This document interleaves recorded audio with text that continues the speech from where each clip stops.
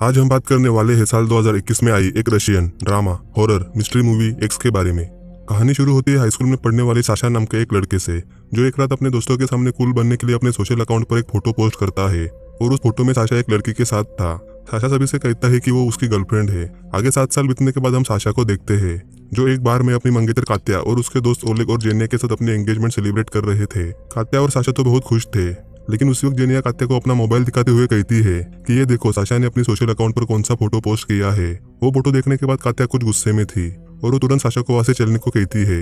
अब ओलेग ने भी ज्यादा शराब पी ली थी, इसलिए जेनिया उसे घर छोड़ने जाती है। वहां से जाते वक्त कात्या साशा से उस फोटो के बारे में पूछती है जो उसने अपने सोशल मीडिया पर पोस्ट किया था, और ये वही 7 साल पुराना फोटो था जिसमें साशा अपनी गर्लफ्रेंड के साथ था। साशा बताता है कि जरूर किसी ने उसके साथ मजाक किया होगा, क्योंकि आज मैंने पोस्ट तो छोड़ो, फेसबुक पर अपना अकाउंट भी लॉगिन नहीं किया है। ये सुनने के बाद कात्या उसी समय वो फोटो डिलीट करने के लिए कहती है। कुछ देर बाद दोनों अपने घर पहुंचते हैं और तुरंत रोमांस करना शुरू करते हैं। वही दूसरी तरफ एक न्यूज देखते हैं जिसमें एक लड़की ने किसी के शादी में जाकर दूल्हे को गोली मार दी और फिर खुद की भी जान ली।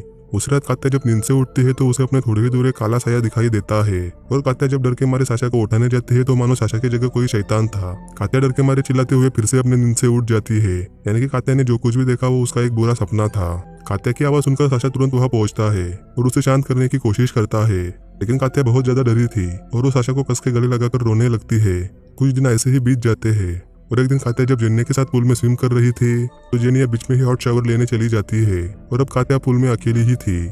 उसी समय पुल के दूसरी तरफ एक अनजान लड़की आती है और अचानक ही पुल में छलांग लगाती है, लेकिन अजीब बात यह थी कि पुल के अंदर छलांग लगाने के बाद भी वो लड़की पुल के अंदर नहीं थी। कात्या उस लड़की को पुल में ढूंढने की काफी कोशिश करती है, लेकिन उसे कोई भी दिखाई नहीं देता। तभी अचानक वहाँ की लाइट चली जाती है और चारों तरफ अंधेरा और धुआं छाने लगता है। वहाँ का नजारा अब काफी भयानक बन चुका था और तभी एक आवाज सुनाई देती है, वो सिर्फ मेरा है। ये सुनकर कात्या बहुत ज्यादा डर जाती है और तुरंत पुल से निकलकर चेंजिंग रूम में जाती है। चेंजिंग रूम में वो जेनिया को आवाज देती है, लेकिन वहां पर कोई भी नहीं था। कात्या डरते हुए एक पर्दे को हटाती है और पर्दे के पीछे एक भयानक लड़की थी जिसकी शक्ल पूरी तरह जल चुकी थी और उसकी पीठ पर टेंटिकल जैसे काले निशान थे। कात्या डर के मारे पीछे हटती है और तभी वहां पर जेनिया आ जाती है। जेनिया कात्या की बुरी हालत देखकर उससे पूछती है कि तुम इतनी डरी हुई क्यों हो। कात्या कुछ नहीं बताती क्योंकि वो डर के मारे कांप रही थी और उसके मुंह से कोई भी शब्द नहीं निकल रहे थे। कात्या की ऐसी हालत को देखकर जेनिया उसे घर ले आती है। दूसरी तरफ वही फेसबुक पोस्ट वाली लड़की साशा को मैसेज करती है और साशा वो मैसेज देखकर दंग रह जाता है। साशा इन सब के बारे में अपने दोस्तों के मन में ये सवाल आता है कि इस लड़की को साशा का नंबर आखिर मिला कैसे, क्योंकि वो दोनों भी उस लड़की का नाम भी नहीं जानते थे। साशा ओलेग को ये भी बताता है कि उस लड़की ने उसे मिलने के लिए बुलाया है। उसे समझ नहीं आ रहा कि अब वो क्या करे। आगे कात्या को देखते हैं जिसकी तबीयत काफी खराब थी और वो डर के मारे अपने घर से बाहर भी नहीं निकल रही थी। जेनिया उसे कॉल करती है और उससे मिलने की कोशिश करती है, लेकिन कात्या कोई भी जवाब नहीं देती। इसलिए जेनिया कात्या का हालचाल पूछने के लिए साशा से एक होटल में मिलती है। जेनिया कात्या की तबीयत के बारे में पूछती है, लेकिन साशा उल्टा उसी पर भड़क जाता है, क्योंकि उसे ऐसा लग रहा था कि जेनिया ने ही कात्या को उसके खिलाफ भड़काया होगा, क्योंकि पिछले कुछ दिनों से कात्या और साशा का रिलेशन कुछ खास नहीं चल रहा था। जेनिया साशा से कहती है कि तुम्हारा रिश्ता तो अच्छे से चल रहा है ना, क्योंकि हमारा रिश्ता तो तुमने खत्म किया था और अगर तुम चाहो तो हम अभी भी साथ रह सकते हैं। अब यहाँ पर यह बात साफ थी कि पहले साशा और जेनिया रिलेशनशिप में थे और ब्रेकअप के बाद साशा तो उसे भूल गया, लेकिन जेनिया उसे अभी तक नहीं भूली। जेनिया की ऐसी बातें सुनकर साशा को बहुत गुस्सा आता है और वो जेनिया को उनसे दूर रहने के लिए बोलकर वहां से चला जाता है। कुछ समय बाद साशा को फिर से उसी फेसबुक पोस्ट वाली लड़की का मैसेज आता है और साशा जब नहाने जाता है तो कात्या वो मैसेज देख लेती है, जिसके बाद दोनों के बीच उस मैसेज के चलते बहुत बड़ा झगड़ा में ड्रिंक फेंककर साशा को भी अपने घर से निकाल देती है। साशा के जाने के बाद कात्या इस सब के बारे में जेनिया को बताती है और उसे अपने घर पर बुलाती है। उसी बीच कात्या उसी फेसबुक पोस्ट वाली लड़के के बारे में पता करने की कोशिश करती है और इंटरनेट पर उसे वही आर्टिकल मिलता है जो कहानी की शुरुआत में देखा था। उस न्यूज को देखने के बाद कात्या को पता चलता है कि उस लड़की का नाम मारिया है और उसकी मौत बस एक हफ्ते पहले ही हो चुकी है। कात्या इस सबसे काफी सोच में पड़ जाती है कि अगर इस लड़की की मौत एक हफ्ते पहले हो चुकी है तो साशा को उसके अकाउंट पर मैसेज किसने किया। उस वक्त वो आत्मा कात्या के घर आती है और कात्या को अपने आसपास की सारी चीजें काली पड़ती हुई दिखाई देती है। कात्या जैसे ही पीछे मुड़ती है तो उसे किसी बुरी शक्ति की मौजूदगी का एहसास होता है और कात्या जैसे ही वहां से भागने की कोशिश करती है वैसे ही वो आत्मा उसे हवा में उठाकर सामने वाली दीवार पर पटक देती है और फिर जब कात्या की आंख खुलती है तो वो अस्पताल में थी। साशा उसे बताता है कि वो और जेनिया उसे यहाँ पर लाए हैं, क्योंकि वो जब उसके घर पर गया था तो वो वहाँ पर बेहोश पड़ी हुई थी वहाँ पर कात्या साशा को बताती है कि उसकी एक्स गर्लफ्रेंड मारिया की मौत एक हफ्ते पहले ही हो चुकी है और किसी ने तुम्हारा अकाउंट हैक कर मुझे मैसेज किया था। ये सब सुनकर साशा का शक सीधे जेनिया पर जाता है और वो जेनिया को धमकी देता है कि अगर आज के बाद तुम हम दोनों के बीच आई तो मुझसे बुरा कोई नहीं होगा। जेनिया उसे बहुत समझाने की कोशिश करती है कि कात्या मेरी बेस्ट फ्रेंड है और मैं उसके साथ ऐसा नहीं कर सकती, लेकिन साशा को जेनिया पर जरा भी यकीन नहीं था, इसलिए वो अस्पताल से सीधा अपने घर आती है। वो बहुत ही परेशान हो रही थी, इसलिए कॉल करके ओलेग को अपने घर पर बुलाती है।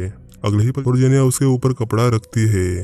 जेनिया साशा पर काफी ज्यादा गुस्सा थी और उसी के बारे में सोचकर वो ड्रिंक करने लगती है। वो साशा को वॉइस मैसेज भेजती है कि मुझे तुम्हें कोई बात साबित करने की जरूरत नहीं है, मैंने तुम्हें कोई भी मैसेज नहीं किया था और तुम्हारी एक्स मर चुकी है तो उसके फोटोज पोस्ट करना बंद कर दो। इतना कहकर जेनिया फोन को साइड में रखती है। उसी बीच वो पंछी पिंजरे में फड़फड़ाने लगता है जैसे कि कोई उसका गला दबा रहा हो। जेनिया जैसे ही पिंजरे से पर्दा हटाती है तो वो पंछी वहाँ नहीं था, वो गायब हो चुका था। तभी जेनिया एक लड़की को देखती है जो अंधेरे में एक साई की तरह उसकी तरफ देख रही थी और अगले ही पल जेनिया को हवा में उठाती है और बड़ी ही बेरहमी से मार देती है। कुछ समय बाद जब ओलेग वहाँ आता है तो उसे वहाँ पर जेनिया की लाश मिलती है। इस सब से डरते हुए ओलेग तुरंत इस सब के बारे में साशा को बताता है और साशा इससे बहुत परेशान हो जाता है। वही दूसरे की कोशिश करता है। साशा डरते हुए अस्पताल के रूम से भाग जाती है और बाहर उसे साशा मिलता है। दोनों वहाँ से भाग ही रहे थे कि तभी उस लड़की की आत्मा दोनों के सामने ही खड़ी थी। उस आत्मा को देखकर दोनों की हालत काफी खराब हो जाती है, लेकिन किसी तरह से दोनों अपनी जान बचाकर वहाँ से भाग जाते हैं। अब कात्या समझ गई थी कि ये कोई और नहीं बल्कि मारिया की ही आत्मा है और वो साशा से मारिया के बारे में पूछती है। साशा उसे बताता है कि वो उसकी एक्स नहीं है बल्कि वो कभी उसकी गर्लफ्रेंड भी नहीं थी। साशा जब हाई स्कूल में फोन रिपेयरिंग का काम करता था उस वक्त एक पुराने फोन में उसे मारिया की फोटो मिली थी और उसने अपने दोस्तों के सामने कूल और हीरो बनने के चक्कर में उस फोटो को फोटोशॉप करके अपने अकाउंट पर पोस्ट करी थी। साशा उसे ये भी बताता है कि वो मारिया को जानता तक नहीं। इसके बाद कात्या उसे एक न्यूज आर्टिकल दिखाती है जहाँ पर मारिया ने उसके एक्स की शादी में घुसकर उसे मार डाला था और फिर खुद की भी जान ली थी। ये सारी बातें जानने के बाद वो दोनों सच का पता लगाने के लिए मारिया के घर जाते। वहाँ पर वो दोनों देखते हैं कि टेबल पर कुछ चीजें रखी है जिनका इस्तेमाल किसी पेशेंट के सीधे पेट में खाना पहुंचाने के लिए किया जाता है। मारिया की माँ बताती है कि उसके पति कोमा में है और उन्हें ही खाना खिलाने के लिए इन ट्यूब्स का इस्तेमाल करना पड़ता है। मारिया की माँ दोनों को मारिया की कहानी बताती है कि आज से ठीक 7 साल पहले मारिया की शादी होने वाली थी। शादी के कुछ ही दिन पहले किसी ने उसकी फोटो इंटरनेट पर किसी दूसरे लड़के के साथ पोस्ट की और इस बात से मारिया के होने वाले पति को काफी गुस्सा आया और उसने मारिया के साथ उसका रिश्ता तोड़ दिया। बस इतना ही नहीं, उसने मारिया के चेहरे पर एसिड भी फेंका जिससे मारिया की जिंदगी पूरी तरह बर्बाद हो गई और 7 साल तक मारिया ने खुद को अपने कमरे में ही बंद करके रखा था। अपने के बाद किसी दूसरे लड़की से शादी कर रहा है तो उससे रहा नहीं गया और उसने अपने पिता की गन से उसे मार डाला।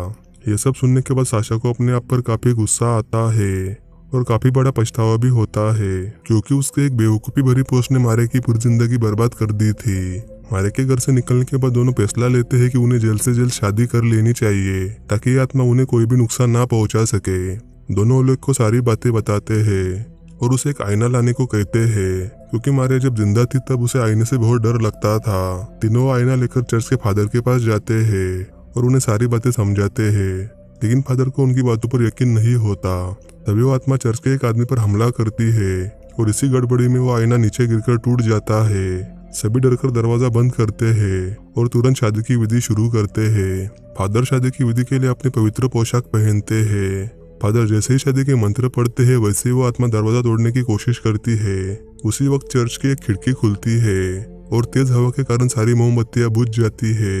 मारिया की आत्मा उस शादी को रोकना चाहती थी लेकिन किसी तरह से शादी की विधि पूरी हो जाती है, लेकिन उसी समय वहां पर आग लगती है और ओलेग उस आग में जलकर मारा जाता है। मारिया की आत्मा चर्च में आती है और फादर को उठाकर दूसरी तरफ फेंकती है। यह सब देखकर साशा कात्या को एक कमरे में छिपाता है और खुद मारिया की आत्मा का सामना करता है।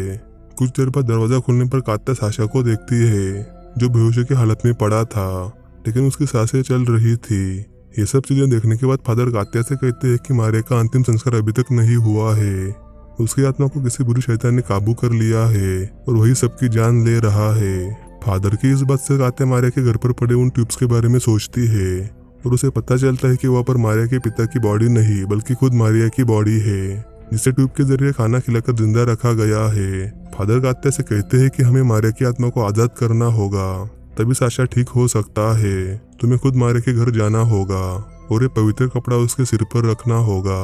मैं यहाँ से भगवान से प्रार्थना करूंगा कि सब कुछ ठीक हो जाए। कात्या तुरंत गाड़ी लेकर निकल पड़ती है और मारिया के घर पहुंच जाती है। घर के अंदर जाने पर उसे मारिया की बॉडी दिखती है जिसे मेडिकल मशीन द्वारा जिंदा रखा जा रहा था। यहाँ कात्या मारिया के सिर पर वो कपड़ा रखती है और वह फादर मंत्र पढ़ने लगते हैं, लेकिन तभी मारिया की माँ पीछे से कात्या पर हमला करती है और किसी तरह से उनसे बचकर वो मारिया की माँ को समझाती है कि मारिया अब जा चुकी है। यहाँ जो है वो सिर्फ उसका शरीर है, उसकी आत्मा को एक शैतान ने काबू कर लिया है और अगर उसे रोका नहीं गया तो वो शैतान मारिया की आत्मा के जरिए ऐसे ही कई लोगों को मार डालेगा। मारिया की माँ को कात्या की बातों पर यकीन नहीं था और तभी वो शैतान पीछे से कात्या पर हमला करता है। वो बस कात्या की जान लेने ही वाला था कि तभी मारिया की माँ को उनकी गलती का एहसास होता है और वो तुरंत अपनी भूल को सुधारते हुए सभी ट्यूब्स को निकालकर मशीन को बंद करती है। ऐसे करते ही मारिया की आत्मा आजाद हो जाती है और वो शैतान भी चला जाता है। आगे पता चलता है कि जैसे शुरू में साशा ने अपना फोटो एडिट करके फेसबुक पर डाला था, वैसे ही ओलेग ने भी अपना फोटो मारिया के साथ एडिट करके फेसबुक पर पोस्ट किया था और इसी वजह से मारिया की आत्मा ने ओलेग को मार डाला और इसी सीन पर ये मूवी यही खत्म हो जाती है। तो इस मूवी से हमें यही सीख मिलती है कि किसी भी व्यक्ति को किसी दूसरे व्यक्ति का कोई ऐसा फोटो या वीडियो पोस्ट नहीं करनी चाहिए जिससे उस व्यक्ति की जिंदगी पर उसका बुरा असर पड़े। मूवी और उसका एक्सप्लेनेशन पसंद आया हो तो वीडियो को लाइक करके चैनल को सब्सक्राइब जरूर कर देना।